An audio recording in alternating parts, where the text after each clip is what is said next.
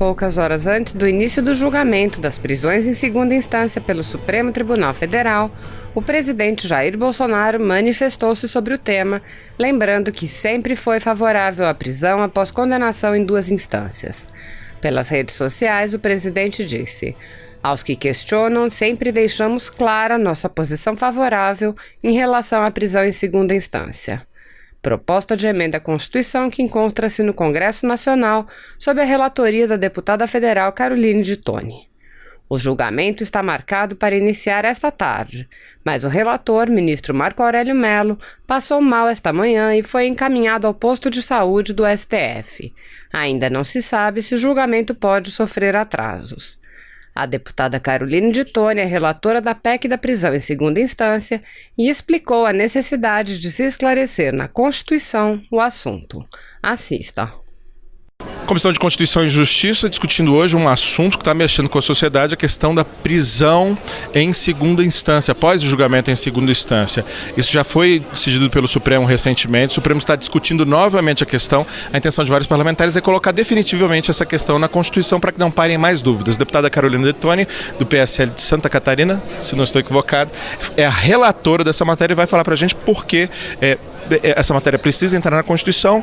A senhora leu o relatório, mas foi pedido vista, a apreciação fica para daqui 2 sessões, né? Então, nós estamos diante de uma situação onde há uma flutuação, onde o Supremo Tribunal Federal pode a qualquer momento modificar o seu entendimento por meio de decisão judicial e colocar na rua quase 200 mil presos, dentre eles traficantes, chefes de crime organizado. Além disso, isso ameaça a Operação Lava Jato, porque muitas pessoas já condenadas em segunda instância, como o ex-presidente Lula, etc., que são pessoas implicadas na prisão em segunda instância e na Operação Lava Jato, podem estar soltas aí, vindo a contribuir para o fim da operação. Então a gente não pode deixar que uma matéria tão importante, que até 2009 era consolidada e de modo muito intrigante, em 2009, na época do mensalão, foi modificado o entendimento e depois novamente foi permitido, a gente não pode deixar que isso seja flutuante como é hoje. Então nós temos que consolidar pela via constitucional e aí na comissão especial vai ser visto qual a melhor forma, se no inciso 57 ou no 61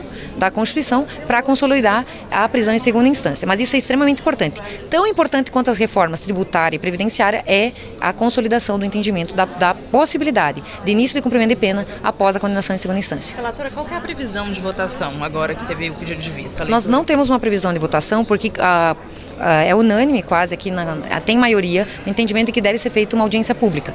Então, com certeza o presidente aí vai acatar a maioria aqui do plenário para realizar uma audiência pública e poder discutir extensamente sobre o tema. A gente não tem ainda uma posição de quando vai voltar para a pauta daí. A Câmara só se mobilizou depois que o STF marcou o julgamento para amanhã. E muito provavelmente o STF vai ter uma decisão antes da Câmara terminar esse processo. A tramitação, afinal de contas, é uma PEC. A Câmara não demorou para se mobilizar, ou não deixou para trás, se deixou ultrapassar pelo STF nessa questão e agora tem aí uma contenda entre o Congresso e o STF? É que, na verdade, esse tema está no pacote anticrime do ministro Moro. Como foi criado o grupo de trabalho e no grupo de trabalho o próprio ministro pediu para aguardar para eu apresentar meu parecer, porque ele disse o seguinte: olha, está abrangido pelo pacote anticrime. E não se tinha, então, eles tinham esperança que fosse retomado no plenário esse debate. Como isso está sendo sinalizado que não foi feito, e ele tinha pedido para aguardar, nós também aguardamos. E agora, como já se tem a sinalização de que é por meio de PEC, o próprio grupo de trabalho sinalizou isso, nós então resolvemos apresentar o parecer, justamente por entender que o protagonismo dessa discussão deve ser no parlamento, que é a Casa do Povo, e que é aqui onde está realmente a vontade popular e a forma correta de se estabelecer um entendimento constitucional acerca do tema. Mas, deputada, o Supremo, querendo ou não, está marcado para amanhã e você disse que não tem prazo aqui, então vai acabar que é o Supremo que vai decidir sobre essa questão. Mas nós já sinalizamos que nosso voto foi no sentido da admissibilidade da prisão em segunda instância pela via constitucional, nós já sinalizamos, inclusive tem nós vimos em todas as manifestações um apoio maciço da população brasileira no sentido de que seja mantida essa posição, porque em todas as manifestações nos últimos anos o pessoal pede prisão em segunda instância. Então, nós estamos aqui para representar a vontade do povo, que é o parlamento, e nós não devemos também só deixar que o STF consolida entendimento acerca de temas que são caros para a população brasileira. Até porque, até 2009, repito, tinha-se essa tradição nesse entendimento. E depois, com o mensalão, que isso mudou. Então, nós temos que deixar claro qual é a vontade popular. E nós já vimos aqui no plenário que nós teríamos majoritariamente aprovação nesse entendimento. Então, a gente está sinalizando para o Supremo Tribunal Federal esse posicionamento do povo brasileiro. Mas com essa sinalização, a senhora espera que o Supremo adie a discussão? A senhora espera que o Supremo decida esperar o Congresso Nacional decidir sobre a questão e não decida? Não, de forma nenhuma. Nós estamos tratando aqui de dois poderes independentes e autônomos que têm a liberalidade de retomar esse tema, mas essa sinalização é importante porque o que a gente está vivendo hoje é realmente um oscilar acerca do tema. Então a gente sinalizou só a posição do parlamento e a gente respeita a posição do Supremo Tribunal Federal. O presidente Jair Bolsonaro participa hoje em Florianópolis, Santa Catarina, da formatura de novos policiais rodoviários federais. Vamos então ao Palácio do Planalto conversar com a repórter Luciana Colares de Holanda, que traz também outras informações da agenda do presidente. Bom dia, Lu. Oi, Renata, bom dia para você que acompanha a TV Brasil. Eu começo com a agenda do presidente aqui no Palácio do Planalto. Agora de manhã ele recebe o ministro da Infraestrutura, Tarcísio Gomes de Freitas, e Salim Matar, secretário especial de Desestatização, Desinvestimento e Mercados do Ministério da Economia. Às 16h ele já vai estar em Florianópolis, Santa Catarina, e olha, essa é a primeira visita que ele faz à cidade desde que assumiu a presidência da República. O presidente vai participar lá em Florianópolis de uma aula magna do curso de formação dos 1.160 novos policiais rodoviários federais que vão atuar em todo o país. E ele também inaugura o novo estande de tiros da academia. E Renata já tem um instrutor lá à disposição do presidente, caso ele queira praticar tiro no local. À tarde, o presidente retorna para Brasília. E ele assinou uma medida provisória que permite a renegociação de dívidas tributárias. Essa é uma norma que já existe há mais de 50 anos e nunca havia sido modificada. Vamos ver na reportagem.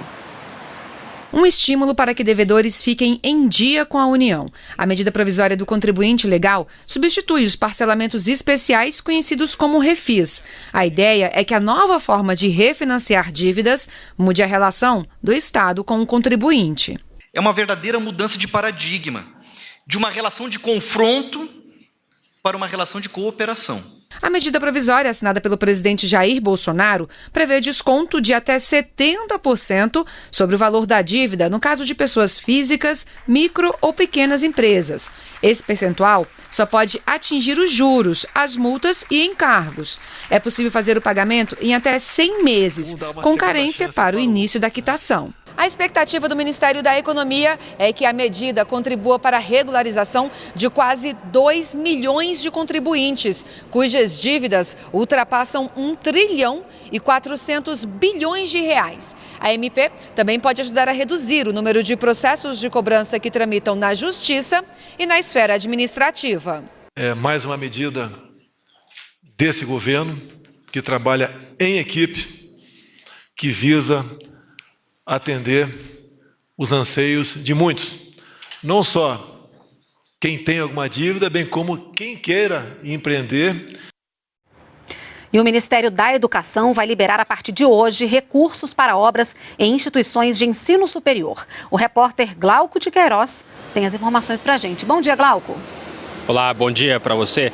Bom dia para todos. Olha, são 43 milhões de reais que serão destinados para a conclusão de obras, pelo menos de 96 obras em andamento em instituições de ensino superior.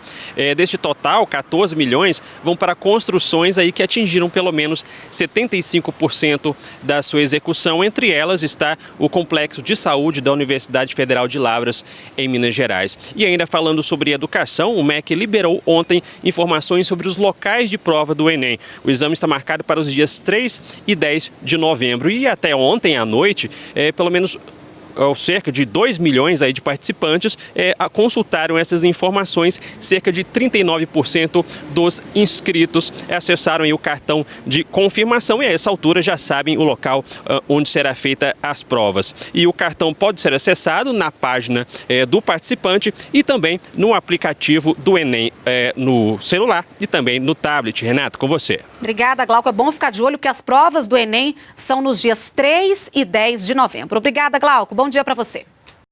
Se você apoia Jair Bolsonaro, curta este vídeo. Manifeste a sua opinião e compartilhe para que a vontade do povo brasileiro seja conhecida. Inscreva-se no canal para ter acesso gratuito ao nosso conteúdo. Uma produção Folha Política.